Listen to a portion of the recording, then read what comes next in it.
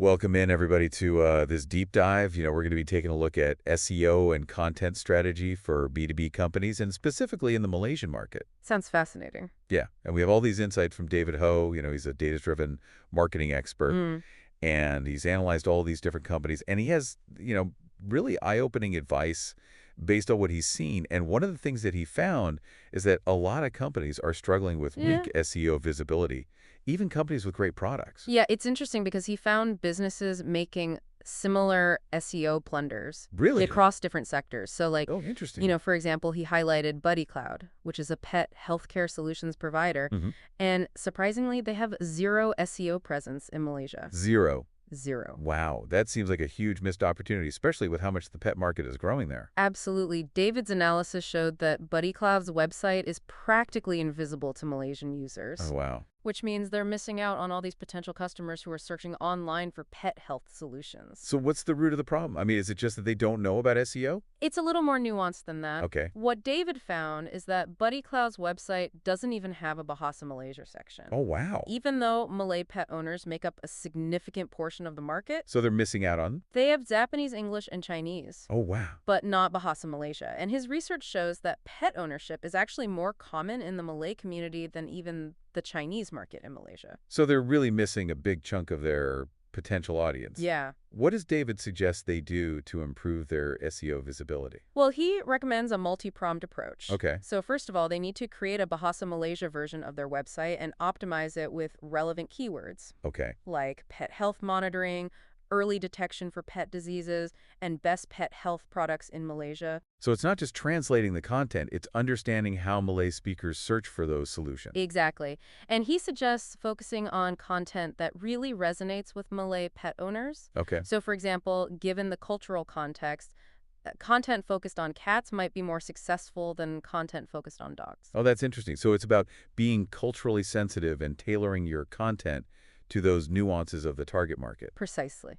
But what about platforms? Where should they be focusing their efforts? David highlighted TikTok as a particularly promising platform for Buddy Cloud Interesting. because his research shows that it's very popular among Malay pet owners, especially those with cats. Makes sense. So it's a really engaging way to reach their target audience with, fun and informative content. That makes a lot of sense.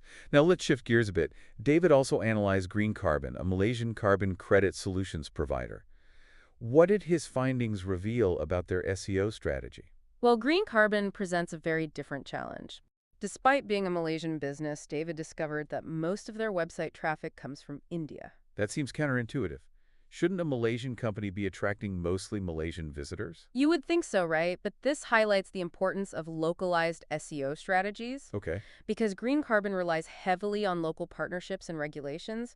So attracting international traffic isn't as valuable as attracting Malaysian traffic. So what's the solution for them? How can they shift their focus to the Malaysian market? David recommends that they prioritize optimizing their content for Malaysia-based searches. Okay. So he suggests targeting keywords like carbon credits Malaysia, GHG emissions Malaysia, and sustainability initiatives in Malaysia. Got it. So tailoring your content to match what local audiences are searching for? Precisely. So are we seeing a pattern here? Are most of these companies just overlooking the importance of localizing their SEO strategies? It does seem to be a recurring theme. Now, while Buddy Cloud might benefit from TikTok, David actually suggests Green Carbon focus on platforms like LinkedIn, Twitter, or X as it's called now, and industry forums. Oh, interesting. Because that's where their target audience businesses interested in carbon credit solutions are more likely to be found. So understanding your target audience and where they hang out online is key. It's not a one-size-fits-all approach. Exactly. Now, let's move on to AlgaBio. Okay? A company producing chlorella-based products, they're targeting both B2C and B2B markets Okay. with plant-based food and biofuel solutions. That's an interesting one. They seem to be riding the wave of the plant-based food trend,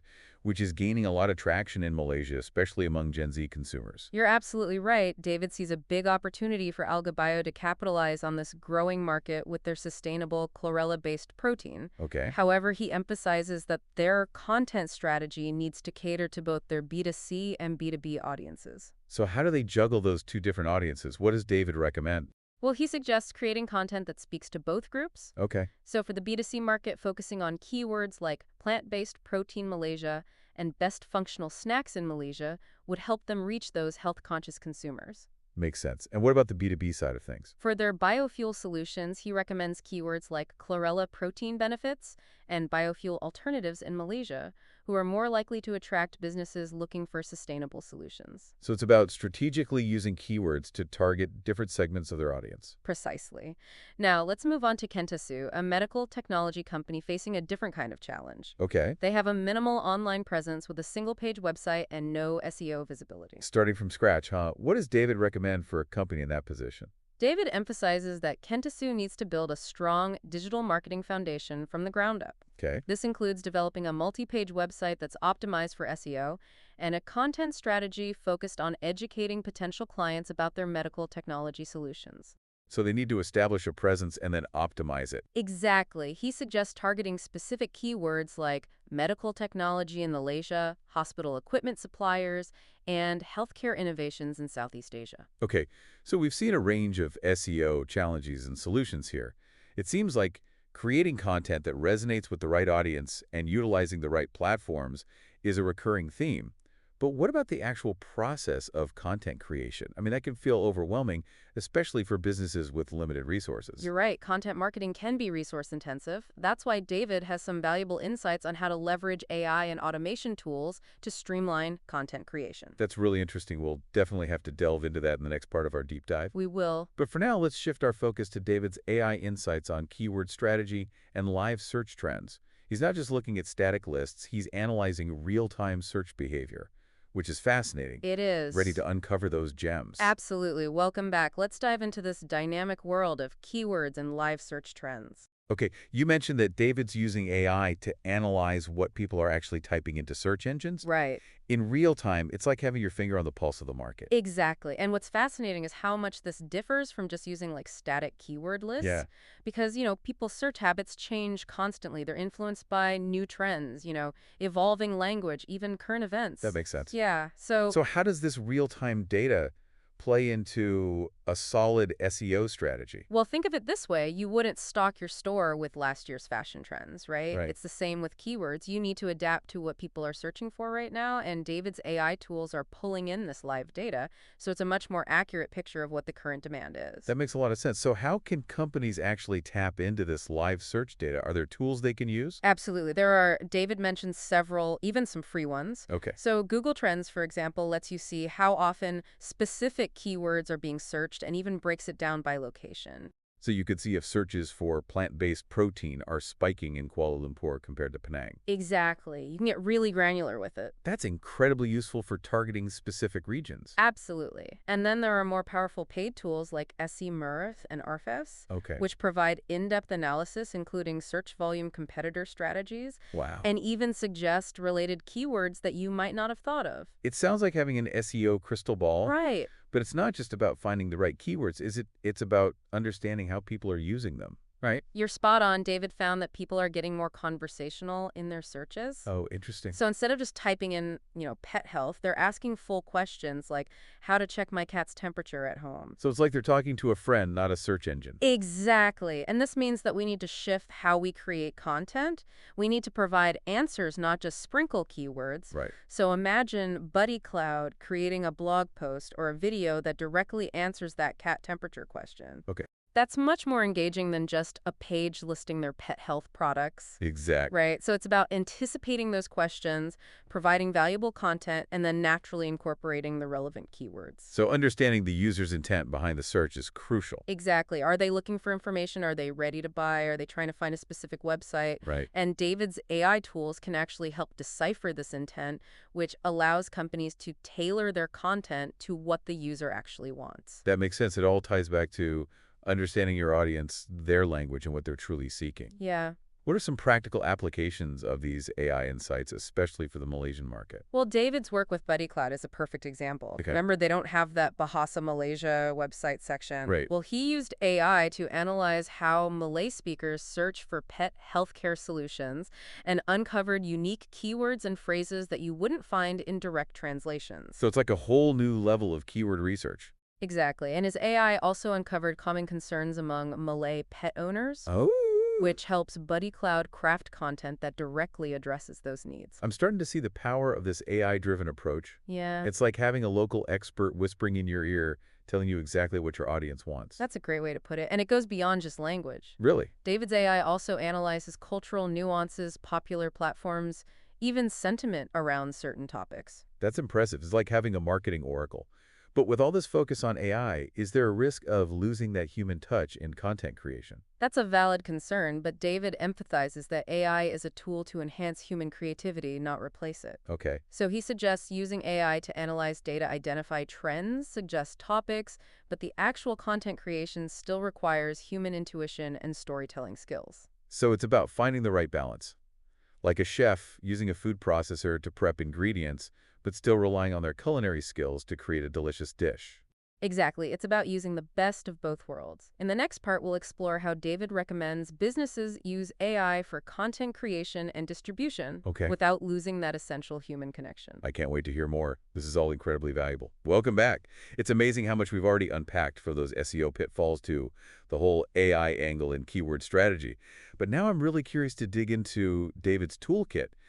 What specific resources he recommends to actually put all this into action. Oh, he's all about practical tips, and he actually suggests some simple ways to start building your own media intelligence command center. Remember we talked about that? Yeah, I do. Especially if it involves tools that can save us time and make things easier. Absolutely. He actually recommends starting with something as basic as Google Alerts. Oh, okay. You can set it up for key terms related to your industry and your target market, and it's free. Right. And surprisingly effective to just stay informed about what's being said online without having to constantly manually search. Google Alerts, got it.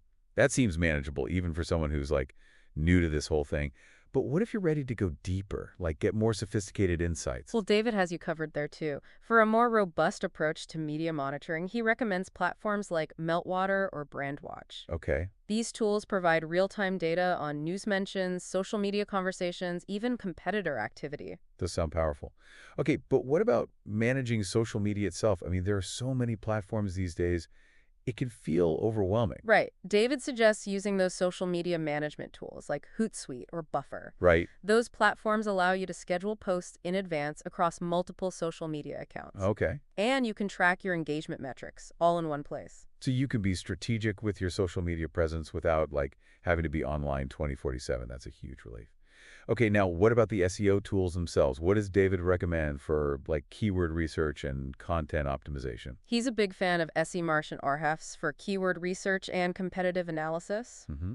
These platforms are treasure troves of data. Right. They can help you identify the right keywords to target, see what your competitors are doing, even discover new opportunities you might have missed. I've heard good things about those, but they can seem a little intimidating for beginners. Are there any tools that are more user-friendly, especially for content creation? Oh, absolutely. David recommends Surfer SEO for content creators. Okay. It analyzes top-ranking content for your target keywords and provides specific recommendations for how to optimize your own content to rank higher. So it's like having an SEO coach built into your software. I love that idea.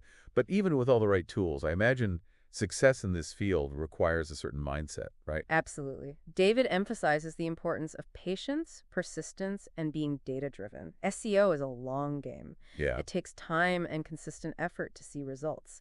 It's not about quick fixes or magic tricks. It's like building a strong foundation for a house. You need the right materials and a solid plan. You can't rush it. Exactly. He also encourages businesses to be curious and analytical. Don't just blindly follow trends. Use data to track your progress, understand what's working, and adapt your strategy accordingly. So it's about being flexible and learning as you go. What would you say is the most important takeaway from all of David's insights? If I had to choose one, it's don't be afraid to ask for help. Mm-hmm. SEO and content marketing can feel overwhelming, but there are resources and people who can guide you. That's such great advice. Whether it's hiring an SEO consultant, joining an online community, or even just reaching out to someone with more experience, there's no shame in seeking support. And remember, David himself even offered to do follow-up sessions to review progress and tackle new challenges. He did. Yeah, he's a fantastic resource and genuinely wants to see businesses succeed. This has been an incredible journey exploring David's insights. I feel so much more equipped to create a really strong SEO and content strategy. Me too. It's really fascinating. And just remember, at its heart, it's all about building connections with your audience, providing real value, and being authentic. And if you focus on that, all the technical aspects become much easier to manage. Such wise words to end on. Until next time, happy optimizing, everyone.